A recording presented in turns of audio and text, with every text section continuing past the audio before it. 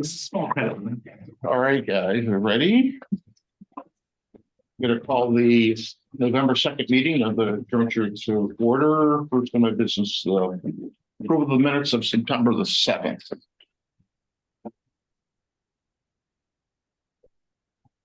Motion. I'll make the motion. Green. I'll second. Okay. Discussion. Hearing none, all in favor? Aye. Any opposed? Motion. All right, pleasures report, Tim. All right, so this report, we're completely up to date as far as I know. All invoices have been paid and our balance is $19,541. And I'd like to move on. Chester's nice enough to Give me a minute. Yeah. Let's clear this on track. Then can we have a motion to approve the treasurer's report? So move. Kathleen and Dennis. Any discussion? Hearing none, all in favor? Aye. Motion carries. All right, now you can go on there. So thank you, Chester. Chester's been nice enough to allow me to add an agenda item. Hey, John, I'm gonna look for your backup here, okay? So I don't know if everybody's aware, but we're like in the Stone Ages for treasurer reporting. I've literally got shopping bags full of files at my house that John turned over to me. Everything's done by hand in an Excel spreadsheet. The checks are handwritten. I have like horrible writing. So granted, it's a small amount, maybe 5 checks a month. It's doable. I don't like doing it that way. I just, I think there's a number of issues with it. First of all, there's no real good record keeping. Everything is paper at this point. So what I'm proposing is you can get a very decent laptop now for $500. I took a quick look at Quicken. I think Chester looked too. I saw $50 a year. I mean, you just need basic Quicken. If everybody doesn't know what Quicken is, it's accounting software for people to do their checkbooks. But we can merge into the bank account. I could print out the checks. But most importantly, it would do all the reports for me. I wouldn't have to plug stuff into a spreadsheet. Right, yeah. I mean, quite frankly, in full disclosure, I'm off right now by a few $100. We'll figure it out, through an audit or whatever, right? I'll try to go through everything and see where I made a mistake. Nothing major, but that's what Quicken would help with. As Chester pointed out, the only issue is we would need a credit card to pay for Quicken or subscribe to it or whatever. For security right now, Chester and the treasurer, whoever that is, both sign the checks for security reasons. I'm not sure what we do, but I mean, I guess I could just print the check from Quicken and we could still just manually sign them. So we could still do the double signature. But I think what's most important was we could start an electronic record keeping system, back it up to the cloud.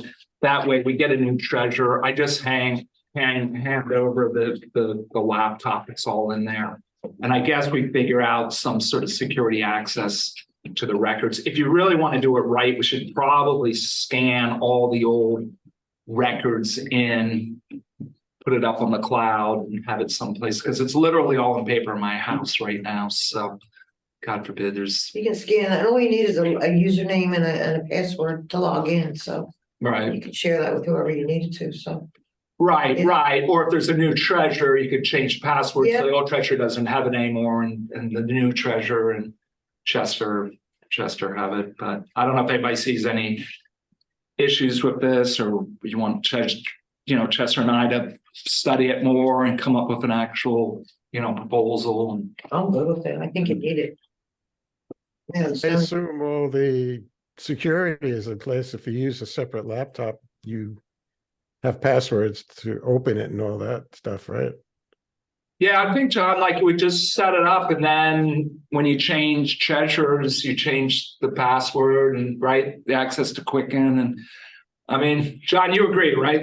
Let's do it. I used to use Quicken when I had my own business. Yeah. It was pretty good, easy to use. I don't know about scanning the history into Quicken itself, but it may take a little setting up process. Well, I think you could scan it and just put it on a file on the laptop, maybe not necessarily into Quicken. You know, but at least it's in a central place, it's electronically backed up. You know, I'm just thinking, you know, a couple years down the road, there's, you know, gonna be new treasurers, maybe new chairman, whatever, and we're just setting up more accurate record keeping. The finances are really the only thing that is not backed up. Like, I mean, our minutes, you know, we have up on the server that does the zoning ordinance. So you can, you know, you can go back there to 2000, to 2000 to get that information. So I think that'd be a good idea if we have these files electronically, because paper stuff is, forget it. Telling me. So is the general consensus that I'll tend to move forward with the purchase of a laptop about $500 plus the cost of Quicken? If I may, just the proper way to do it, they have two options. You could do it either by having somebody go out and shop it a little bit and come in with a particular model expense, know exactly what we're talking about, or to approve a motion for the purchase of a laptop for the joint treasurer up to a certain amount. You can do that right now. And then if you think you know the amount, we'll still put a little bit above that to make sure you're covered. So there's two choices, whatever we want to do. So do we want to make a motion to Yeah, how sure you, up to $700 for a laptop 700 should cover it, because maybe we need to buy. plus the cost of a basic Quicken, so we won't put Yeah. $50 down, whatever that turns out to be. So, all right, do we have a motion then to move in that direction? I'll make that motion. Yeah, Peggy, do we have a second? I'll second. Dennis. They shouldn't both be done for the same time. I'll second that. Yeah. Yeah, we haven't approved that yet, but that's That's fine. it's in there. We We can want to do it. avoid. Can I get rid of my abacus now? All right. Anything after you were off by a couple $100. So we have a motion and a second. Move forward with that. Any discussion? Hearing none, all in favor? Aye. And opposed? Motion carries. So the other thing I heard you say is credit card. Do we need to have a debit card associated with our checking account? And You're usually free with it. What's that? It's usually free. You can get. Well, that's not a bad idea. So if they give us a debit card, then like Quicken fees could just be debited from this. That would be really good. Yeah. All right. I could ask the bank. Does anybody have an objection to that? Well, we haven't done that, but that, I mean, every township around now, we've got, everybody's using Everybody, credit cards and yeah, back out. yeah. I don't know what the security for that would, but I guess somebody could also just write a fraudulent check. So it's sort of the same. Well, the bank will tell you what the security is and what they require. Right. Maybe there's a limit on the Well, you can, debit. You could say you can only deduct a certain amount. you can set up limit, with First National, you can set up limits, you can set up so they notify you when a debit is taken Okay. against the card. All right. You set it's a limit or any charge or whatever. So there's a lot of options in the background. So should we have, Yeah, we should do it by motion if you want to do it tonight so for debit card, do we have a motion? to secure what bank we can be using. What are the conditions? Do you have conditions? Do you have limits? Do you want Yeah, to do anything with that? Or no? I think you do want to have limits. So it might be Well, right not to terribly, do some there's not a lot. investigation and come to the next meeting with it. There's not a lot of money in the account. I don't think there's too much exposure. So not that we want to lose it, but it's not like there's millions of dollars. I mean, it's, But you can put on notifications anytime somebody tries to use a debit or the credit. Mhm. You just get a notice. so you want to say It's pretty secure. with that, I guess you can't set up a bank payment through the bank without using a debit card, like pay your bills from the bank directly. I know Santander, my personal account, I have all my bills on there and You could set it up to push You can't build. bills. You can push checks out from First National out and they'll pay. In general, but I don't know, something like Quicken, if like you can, I can find out, I'm happy to do it, that way. I think, online, they're definitely gonna say, put down a credit card or debit number. I mean, I could call them and say, can we like can we do a bank transfer check? Find out. Well, the bank, when you set it up, it sends it, I believe it sends a check to, just as if you were mailing a check to somebody. Yeah, I don't know. I don't know what happens behind the scenes. They ask for the address and mhm. information about the account and they handle it. I don't know if it's better than having a debit card hanging around somewhere. Well, if you have a debit card on your report, your treasury report, you can say these are the debits that were taken out Yeah, that it's month. all, And it that all would be the appears under transfer. statements. Yeah, they're all Right. itemized under statements. And Quicken would just notify you once a year, yearly $50 is due. Take it out, you can. Yeah. I don't know. Just take it out. Yeah, yeah. Okay, that's easy enough. So you don't pay monthly. It's something No. once a year. I think you can pay once a year. Yeah. It's a subscription, yeah. Right. Yeah. Okay. So do you want to hold off on the debit card for now, or do you want to just move forward with it? Okay. I think you need to move forward. I mean, it's pretty, Okay, everybody uses it. so do we have a motion then to authorize Tim to get that Secure a credit card from First National, Bank of Newtown, yeah. You need two people to do that? What's that? It'll be the same, like two signatures on a check, you mean? Yeah, like the same two people that signed the check to apply for the debit card. I don't know how that works. The bank may want, if they want to, they'll have somebody else will have to go into the bank and sign the contract. Because there's some kind of side contract that goes with the debit card. Yeah, I guess. Yeah, there are regulations that apply to it. That's what I'm suggesting. Maybe we find out all this stuff and then we vote. But if you want to do it now we can report back next month as to how it operates. I mean, Chester and I can go to the bank together. We've done that before. Just pop in there, and they're pretty nice.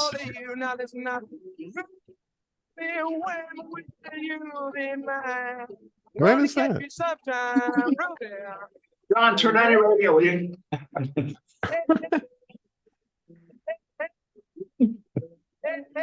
It's the township website leading over into our session. What? You got somebody else on the line here? No, the technician tells us it's a township website says. Which one was you singing, John? Hey, Mac the Knife was, just before you came on, with Mac the Knife was being played, so we figured that was your interest. I should do that. I should use that. All right. Tom, you want to make a motion? So the motion is to authorize the treasurer to go ahead and get a debit card. I'll make the motion. Yeah, hold on. Tom's making the motion. Oh, John- Tom's making a motion. Okay, John seconding it? Yeah. okay. All right, sounds good.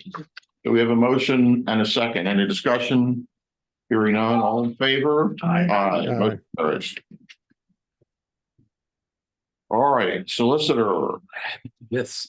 I'm going to allow my associate Kaylee Melchior to give the report today, if you don't mind. So for the Writing Academy ordinance, we received the feedback from Bucks County Planning Commission, and now this will need to be approved at all of the township meetings and advertised to be on the agenda for all of those. Then for the wireless communications ordinance, I've been in contact with Joel. He received all of the feedback and comments that were discussed at the meeting where that was the main focus of conversation. And he had a follow-up question. I sorted that out, and he has indicated that all of the things that we have asked him to modify, he can do that. And so he's going to change the format so it fits more nicely into the way the jointure currently does their ordinances and their code. And he should be getting back to us hopefully soon. I will follow up with him again just to make sure he has a constant reminder that we're waiting for his revisions.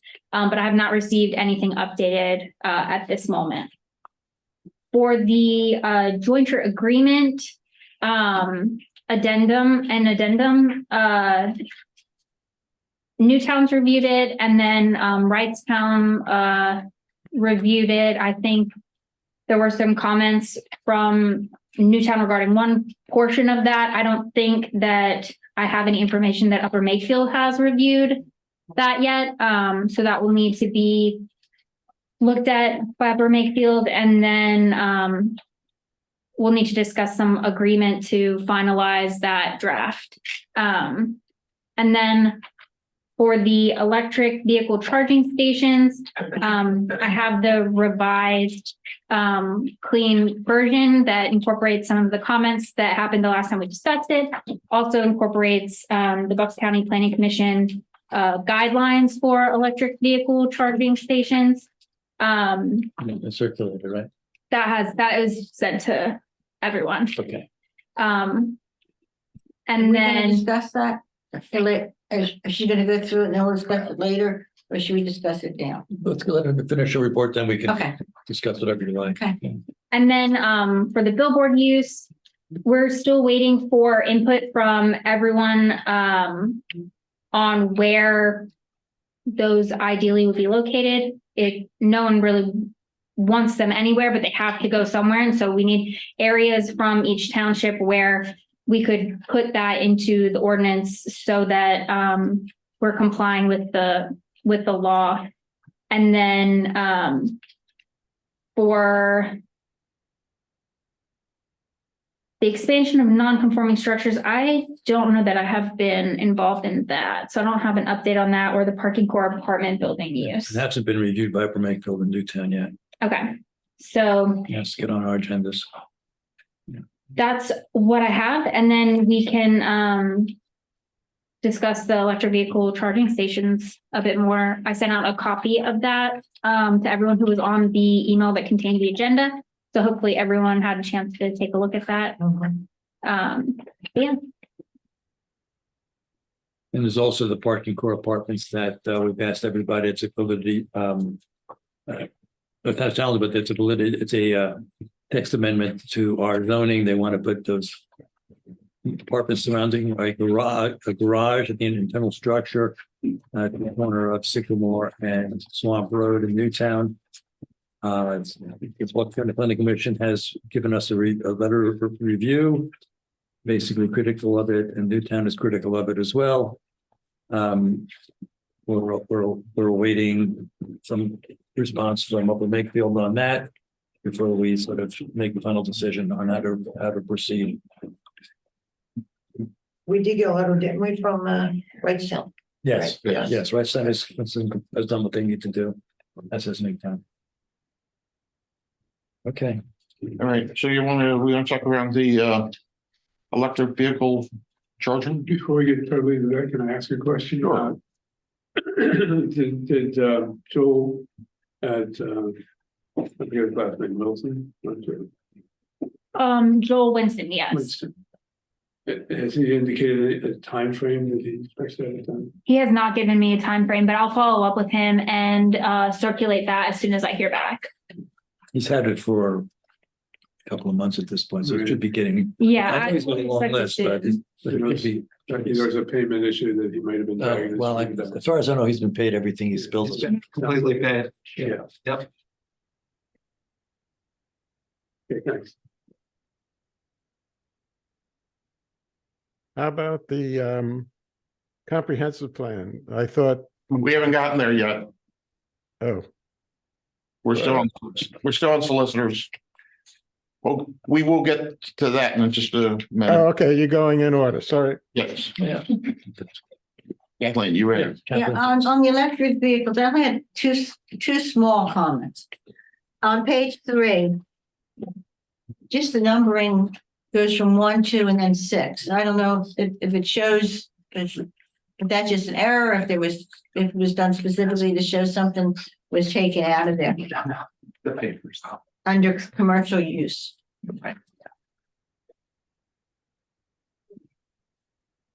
And then the other thing, I just thought the wording, one word change would make it better. Number 9. Public electric vehicle charging stations are reserved for parking and charging electric vehicles only. I think I'd like it to read. public electric vehicle charging stations are reserved for parking while charging electric vehicles. Yeah, it's not a parking space, is it? Yeah, take a look at it. Maybe a logical change. Do it. I think it's a good change, Yeah. Jerry. It sounds like a logical change. Lawyers must say, good. That's a lot. Pardon me. And that's my comment. Yeah, I have a couple, I have a couple comments on it also, if I may. One is that in the Do private my homework, residence, unfortunately. it says that you have to have a sign for voltage and amperage level and safety information. So if somebody has it in their garage, they have to put up a sign in their garage. Is that on I mean- residential? Or- It's under both, and I believe that the purpose of it, I don't think it is supposed to be, you know, a huge sign. I think it's for like public safety, like if there was a fire at your house and the people come, then they're aware But they're not what's gonna- in there. Come and see the sign, I can tell you. I think it's overreach personally. I would imagine that nobody's gonna come and, there are no police on this, so. Yeah, I know, I it's think it'd be kinda- okay. Well, then we shouldn't put, if we don't think it's gonna be policed, or we're not gonna police it, we shouldn't put it in the ordinance. I mean, as an example, we have other high voltage stuff in our homes. And we don't have signs that, you know, dryers and electric heaters and air conditioners and, you know, generators. And But the manufacturer puts in that information about. well, but if that's safety on, and- yeah, if that's on the piece of equipment, it's on the piece of equipment and that's where it belongs. But we're not, we shouldn't be asking the resident to put up an extra sign if it's not on the equipment. Yeah, I agree, Chester, with that. Well, I mean, possibly could help like an electrician, but I assume the electrician would know that anyway, probably. Well, in the ordinance, you already said that for the residential, it can't go over a certain amperage. So the electrician knows that it's Right. gonna be that amperage or low. Right, yep. So there's, It could be redundant. I don't know. Was there a logical reason that they put in there? Use logic again, I'm sorry. Was required? I am not 100% sure, but I think it was, to the best of my memory, it was related to just having that aware for public safety, but I think all the points you're making make sense, and if you all would like it removed, I don't see any big issue with having it, that portion for the residential use. yeah, you removed. did state in the ordinance, which is a good thing. You have to go by the state regulations for electric. Does the state say you have to put this?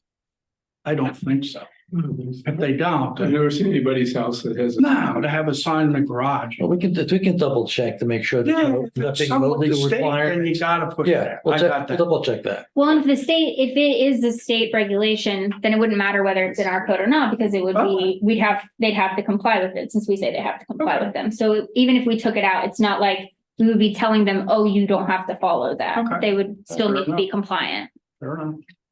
I have one other comment too. In section 6, number 3, a property owner with a charging station that is designated as private use only shall not collect a service fee for the use of the vehicle made available to visitors. So you're saying that if, you know, my sister comes over and wants to charge her, I'm not allowed to charge her. I mean, I just. You wouldn't anyway. but you- You don't know. Family. Yeah, I'm not gonna get back down with- Number 3. Saying that a private resident cannot charge a service fee for letting someone else. I mean, I don't even think that needs. I think they're trying, That's just to ensure that it doesn't become a business, like. Right. right, that's what I think, that's what I think it is too. Okay. You can just say. it shouldn't become a business. Because Tom and I said we would put the charging stations right in front of our houses, and then we'd just, Ready to go. yeah, we're ready. So that's. Sister should charge at my house for downtown. Yeah, I would, becoming a home business. I have another one, 18. It says all connected devices shall be retractable. Well, I can tell you with extension cord, you should stretch them all out. You shouldn't have them in a circle when you plug in the voltage, Yeah. because they heat up. And if you look at any charging stations that are public, you don't see a reel. They're short cords that you plug in. So I would take that out because I think it can become a fire hazard. like coiling something. Right. So we had made the retractable revision because there was some concern about people having like longer cords and then people either tripping over them or them becoming unsightly. And there was, when I researched whether there were any kind of things you can put in front of them, so there's not just like cords everywhere. I didn't come up with any kind of aesthetic modification. So the idea was no, if they all have to be retractable or they're not long enough to even be retracted, then you're not going to have cords just everywhere. But I don't know that that's necessarily anyone's experience, but that was something that was a concern that was expressed at one of the meetings. And that was the reason for the adjustment to retract. I expressed, You said it. I- said Newtown. that right, was where the awesome. cords, where that IT is right there by Rita's Water, I said, the cords are just all over the place.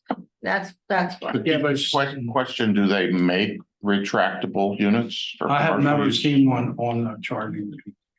I believe that I spoke with the person that was at Bucks County Planning Commission working on this, and that was something that he had expressed was because I mentioned that comment to him to see if he had anyone else raise it or what his response was. And I believe that came from him, but I can double check because it's been a little bit since I like dove into exactly where and who I talked to about what, but I can make sure that did come from him and was part of that recommendation. Usually what they have you do is back in your cars, at least for Teslas, because the charger's in the back. So they have a very short cord. If it's 5 feet long, and I don't even think it's 5 feet long. Because they, again, don't want it sitting on the ground because it's not good for the Right. charging apparatus itself. It'd be sitting in water. I think, I do not have an electric car, my neighbor does. I think she told me she had her choice of 2 different cords. A One was- longer one and a shorter. No, one was more expensive than the other, in different qualities. That's what I thought, that's how she explained it to me. Maybe that's what it was, but. Yeah, I she, mean, I've been to shopping centers where, and I have a hybrid electric, it's not a Tesla, I think. But the cord, they have retractable machines where the cord comes back. Sometimes. I've never seen one retractable, at least on the Teslas, they won't put retractable ones on.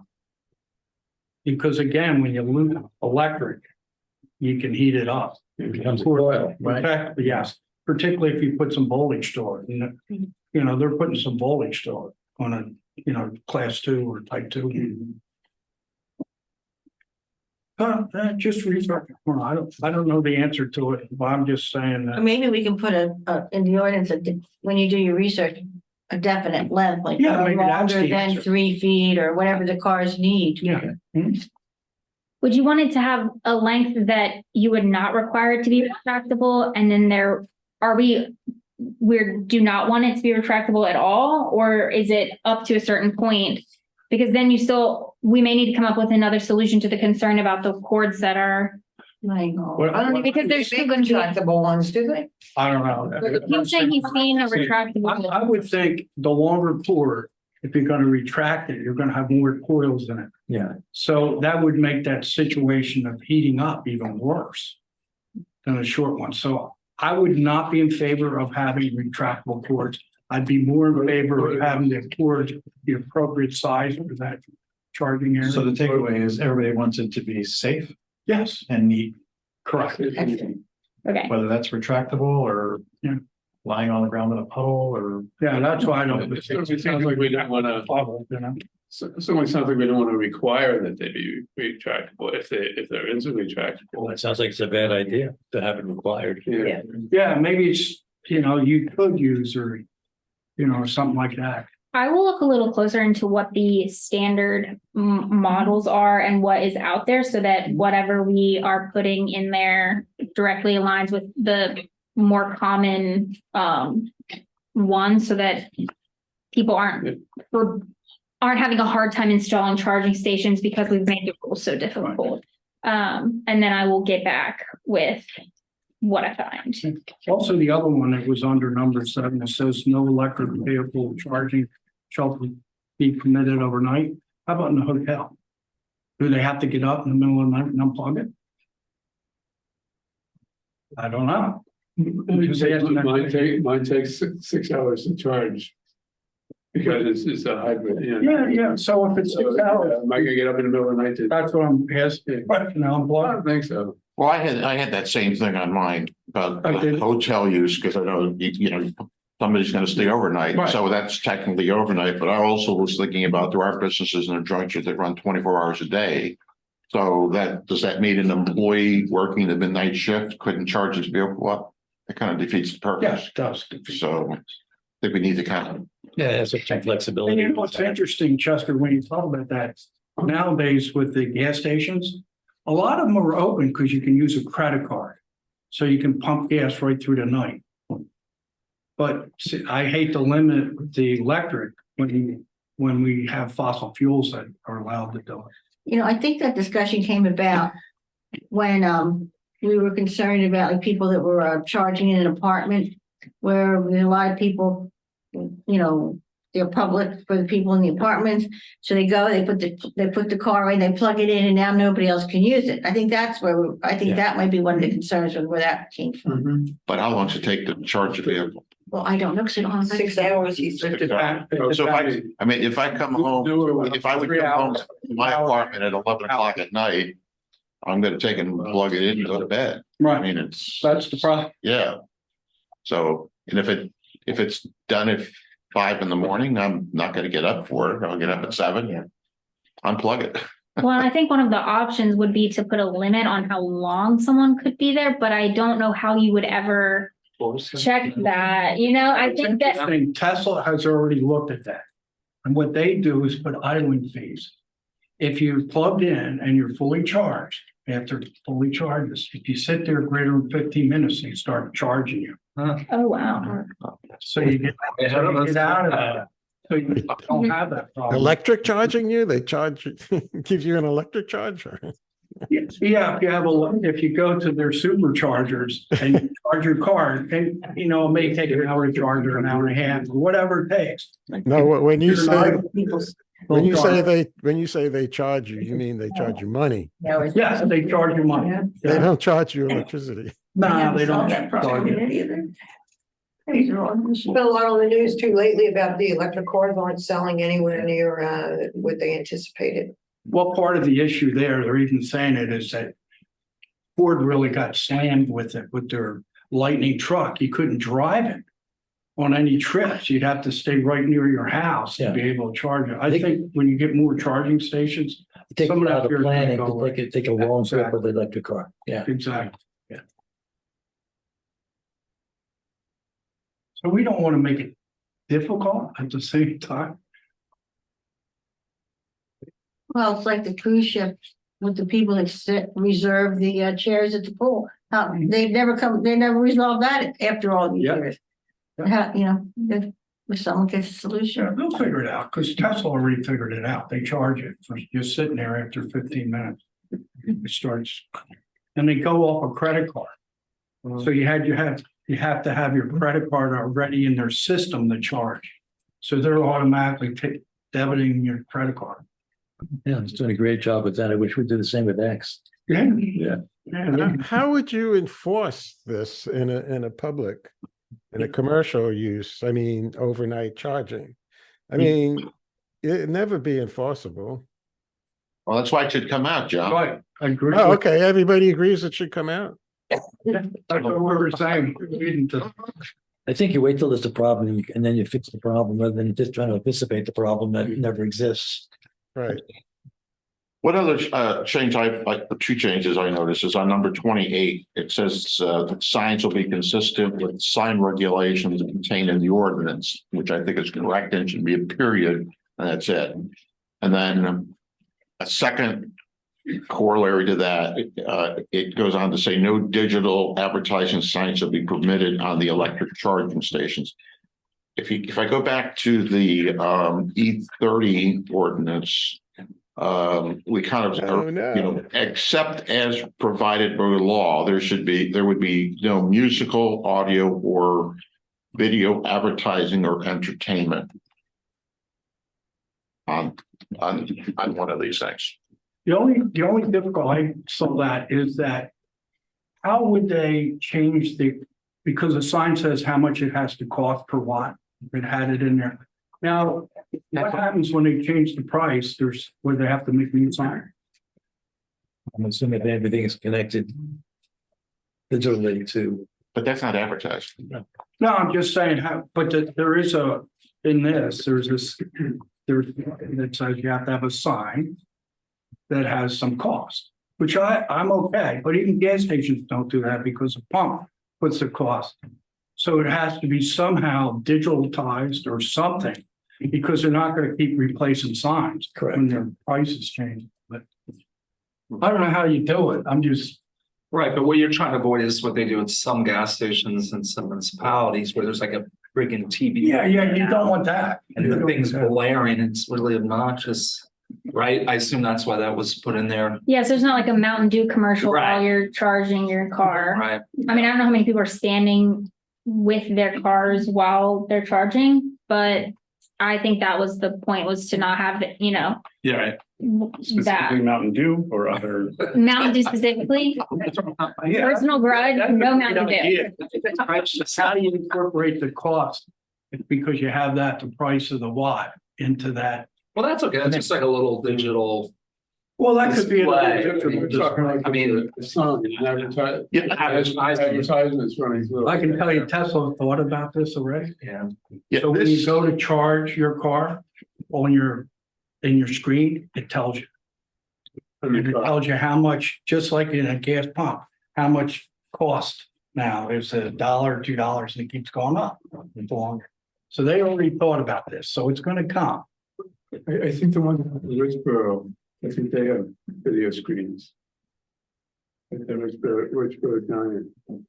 Yeah, they do Electric or gas? electric. Really? Yeah, I think they have.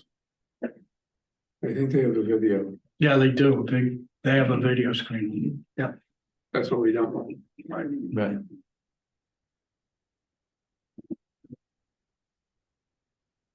any other changes? So just to be clear, were you saying you didn't think it needed to say that because if it's complying with the ordinance, it already isn't allowed? No, I think first of all signs will be consistent with the sign ordinance, period, okay? But instead of saying no digital advertising screen shall be permitted on the electric charging station, I'd like to change it to something to say, except as provided by law, there shall be no musical, audio, or visual advertising or entertainment on the screen. And that would be consistent with what we did with the E30 ordinance. Okay, great. And you would like that to be a separate item? Yes, because we're talking about signs, so signs could be kind of general, things. Right. I don't look at the digital price as a sign, okay, Right, it's just right. part of the operation. So I just want to kind of separate that out. Yeah, that would make sense. All right. All right.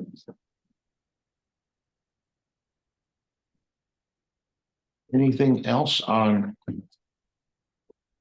this?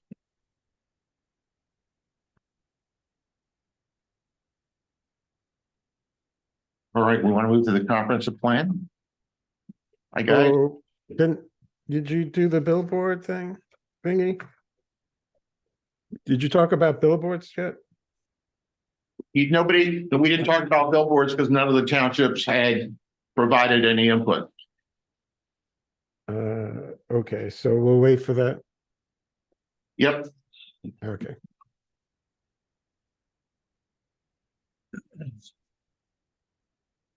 You talk about comprehensive plan?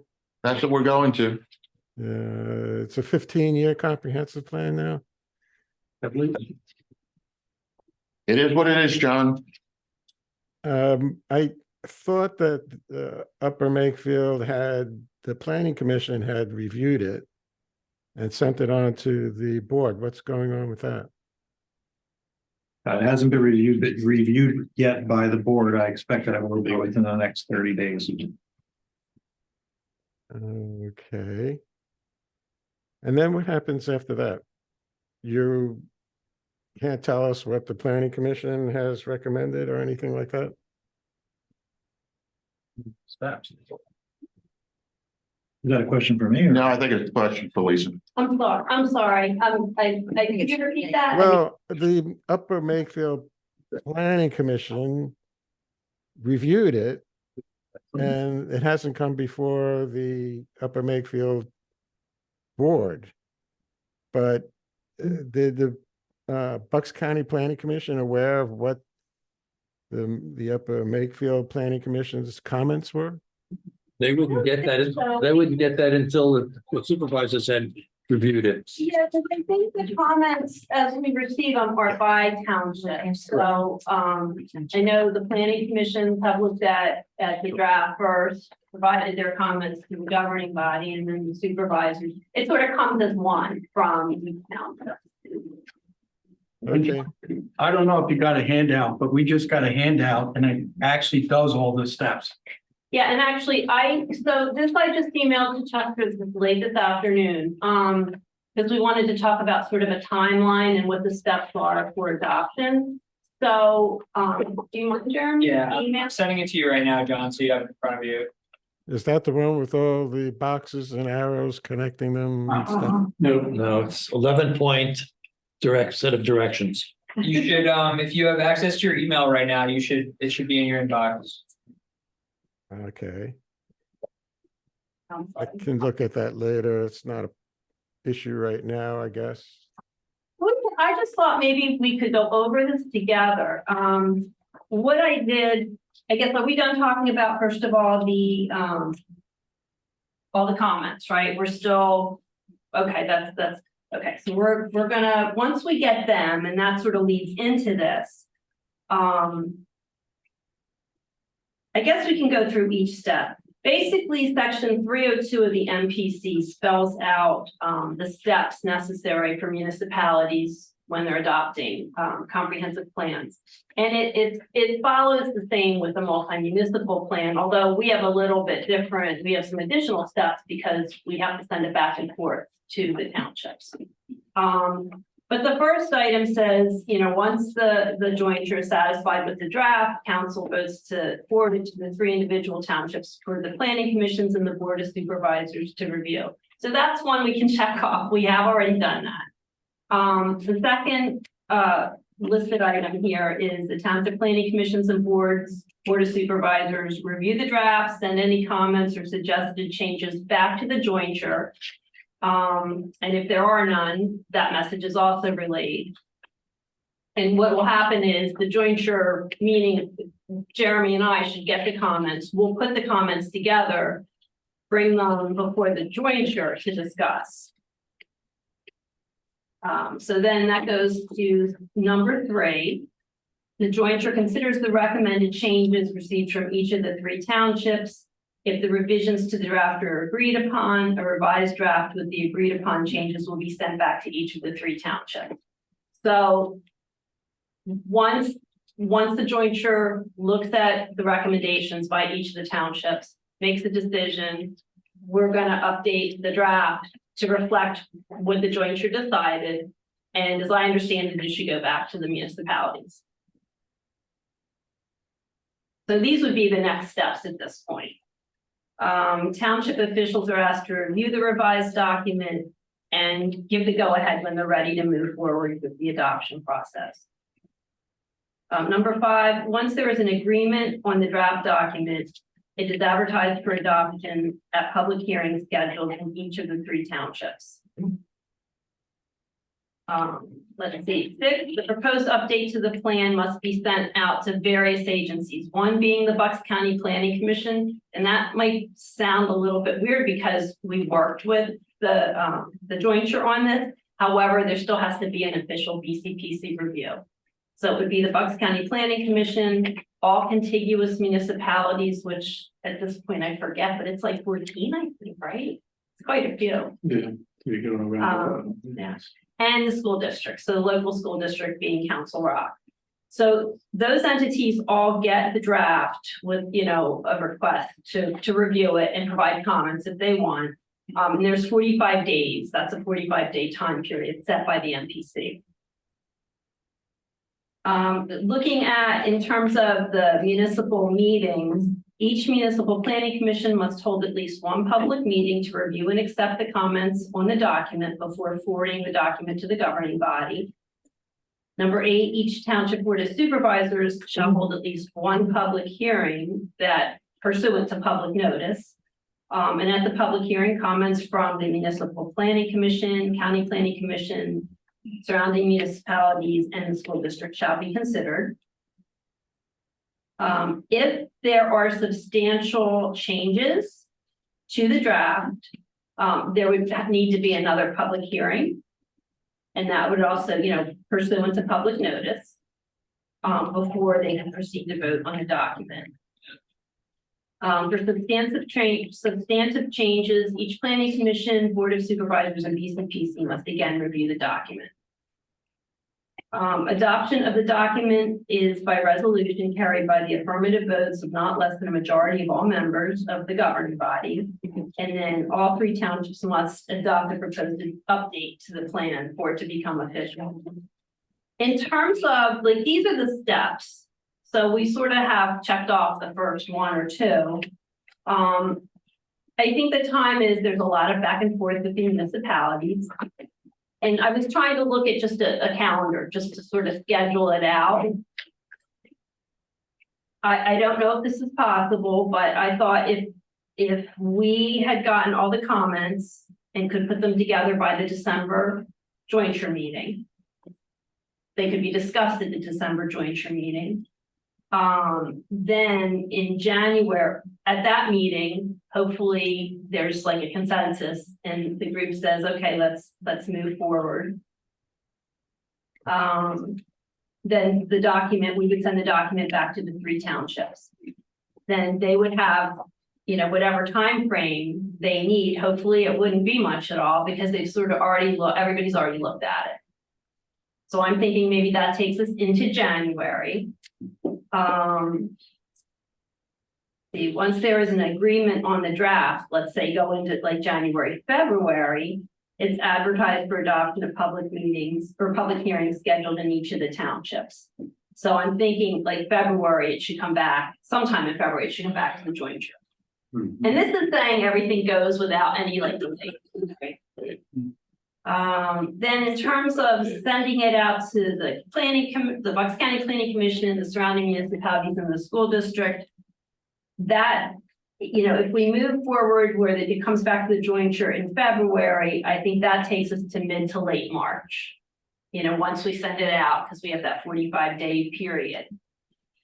And then looking at when each municipal planning commission could hold their public meeting, I'm thinking maybe the earliest at that point is April.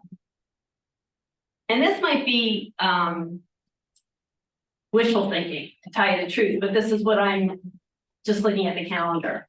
Then assuming it goes okay, very quickly at the township planning commissions, I'm thinking April to May it would go to the boards.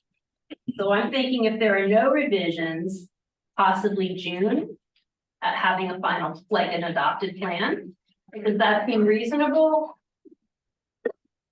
I thought I heard a previous estimate like August, so I don't know, considering we're only up to 2, we haven't even finished step 2. Is that correct? We're still waiting Yes. on step 2 out of 11. And considering all the public meetings and incorporating comments from the Council Rock School District and all that.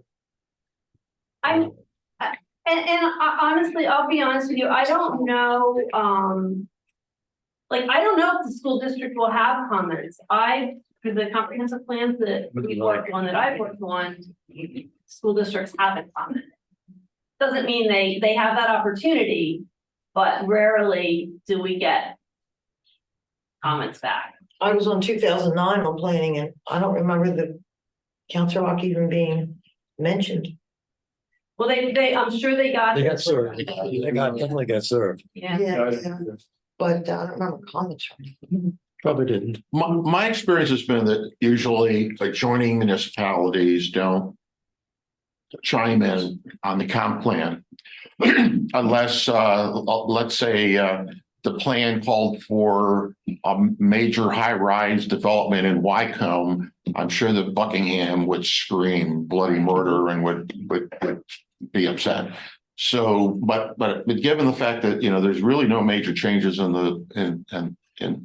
our organization and the way we're planning, Yeah. I don't expect to see any townships comment back negatively.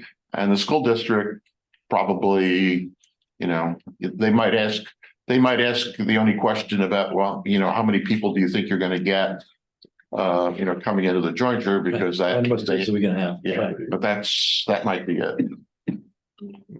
Well, as long as we don't have anything about libraries with books in it, they won't care, I guess. Well, I mean, the MPC that's the requirement that municipalities have to follow. I rarely have seen feedback back from school districts, even like Chester said, the surrounding municipalities. I think one thing that could derail, you know, this whole process is that when we get into the public hearings and we get, and the public starts to say, well, you know, we want to go in this direction and take the, you know, a specific board in a different direction in terms of their wants and needs. That means that we're going to have to come back and all three townships are going to have to agree that that direction is appropriate. Then we'd have to go through that whole process all over. Yeah, that's like step one again. You'd be always Yeah. step one again. So to the extent that, you know, we as chairs can keep, you know, the focus on the plan that we have and don't, you know, I mean, we need to have good input from residents if we get it, but if they're going to go in a direction that is totally, you know, totally out left wing, then that might not be right. So somebody, so John, if somebody comes in and says they want to ban books, that's not the way I want to see it go, because it goes in.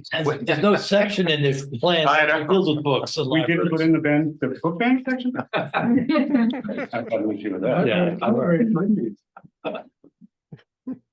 The other problem is that when you only meet once a month, you really don't have all that much flexibility in everything, because when things aren't ready on a particular night, you have to wait another 30 days to get anything done. We would have to talk about having some more flexibility in our meetings, changing dates, which is difficult because of the advertising requirements. But we need to be able to do that so that we're not really just meeting 12 times a year. What is the advertising requirement? Is it 2 days or something like that? It's public hearing. Yeah, for public hearing, it's a little bit longer than that, but it still has to, you have to assume 3 days, but normally it's, you know, that. I mean, I already have a problem with December 8th because we have some important things coming up at our zoning hearing board that I would like to be at. So there's always this conflict between this meeting on Thursday, first Thursday, and the zoning hearing board in Newtown. So I'm only one person though, so I don't know. We can split it up, cover it. Yeah, I mean, we've talked about trying to change dates. The problem we run into is that we don't have A lot of free nights. a lot of free nights. We're all kind of busy, so that in each township, we have almost every night booked up unless it's a Friday night, which nobody wants to do. I hear you. And the only other option that is not booked is the fifth day of the month. Okay, then there's flexibility. First week of the month. The fifth day of the month, the fifth week. Yeah, the fifth weekend. So the fifth Monday Yeah. or the fifth Tuesday or the fifth Wednesday, that type of thing. Anyway, I'm just recognizing a problem. I run into this all the time with representatives with the sewer authority. We meet once a month. And if you're not ready on that day, nothing gets accomplished for another month. It really gets to be difficult to manage your business that way. maybe we could agree to do something on Zoom rather than meeting together. If we can allow for some emergency meetings. Well, we would still have to meet, somebody would still have to be here. Yeah, But, again, it's just finding the time because the Monday is the Wrightstown Board of Supervisors is busy. You know, we've got the planning commissions are busy on certain days. Newtown is busy on certain days. Upper Makeville's, so everybody's got conflicting schedules. so that way, just have to accept reality for what it is and know that it may not, be to stick to a schedule that we only meet once a month. It just may take longer than that because it's natural things to escape and slide and people be unavailable, cancel meetings for one reason or another. Right. It happens, just happens. Well, So longer than we anticipate. Right. I Well- think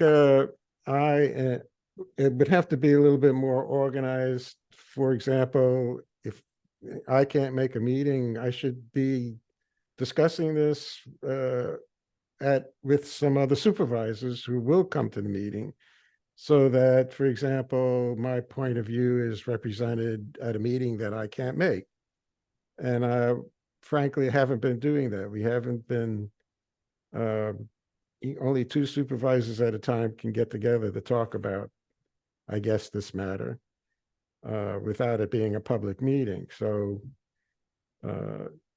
basically, I have to admit, I haven't been doing my homework to prepare for these meetings. So maybe if I were better prepared, it would go faster and I would be able to get my point of view in. I think,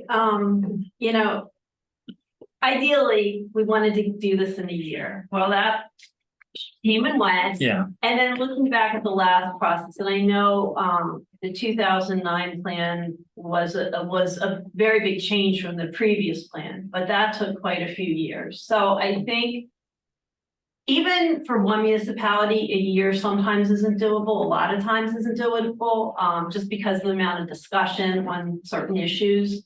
But when you're talking about more than one municipality, that just makes it longer. So it's just the process if you're gonna go through the whole plan. I think you have an idea in your mind, you spread it with everybody else, you try to stick to it. But you also realize that reality may set in and for something else to happen, but you still have to write herd over it, I suppose, and try to keep everybody moving forward. Well, and when I was just like trying to look at the calendar myself and see, okay, at the soonest. And that's what I'm thinking. I don't think it would be before June. All right. Well, maybe later, but maybe we can sort of like just check it each month as we go along, see where we are. Yeah. What I think is probably difficult too is just trying to, at the point, and similar to what just happened with the riding academy, with all the different dates, trying to get that timing, I think is very difficult. Yeah, trying to write herd over 3 municipalities, it's more than a exponential, it's an exponential leap rather than just a multiplicity problem. So we have 3 organizations to write herd over, but it's much more complicated than that. Yeah.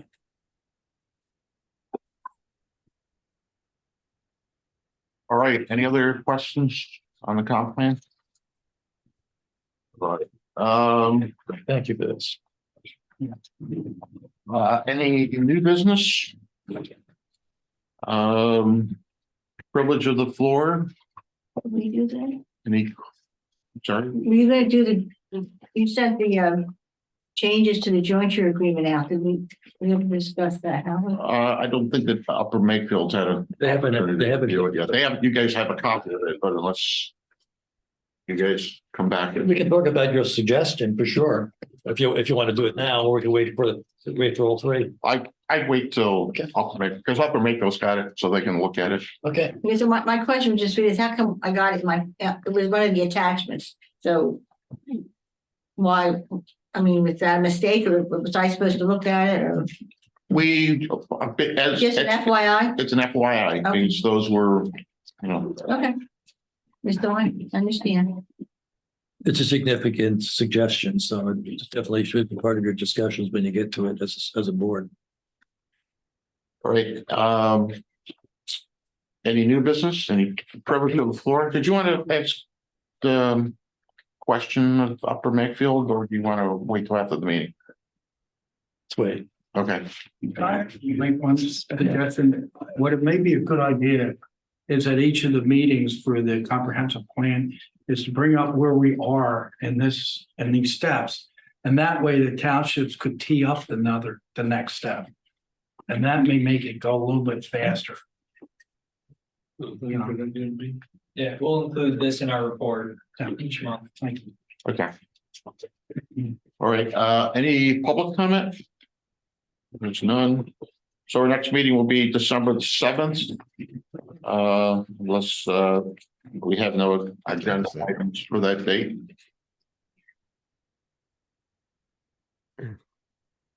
All right. Do we have a motion to adjourn? So moved. With second, Second. any discussion? Hearing none, all in favor? Aye. Motion carries. Have a great evening. Before you close out, I'm Good trying night. again. Hold on. Bye, John. I think one second.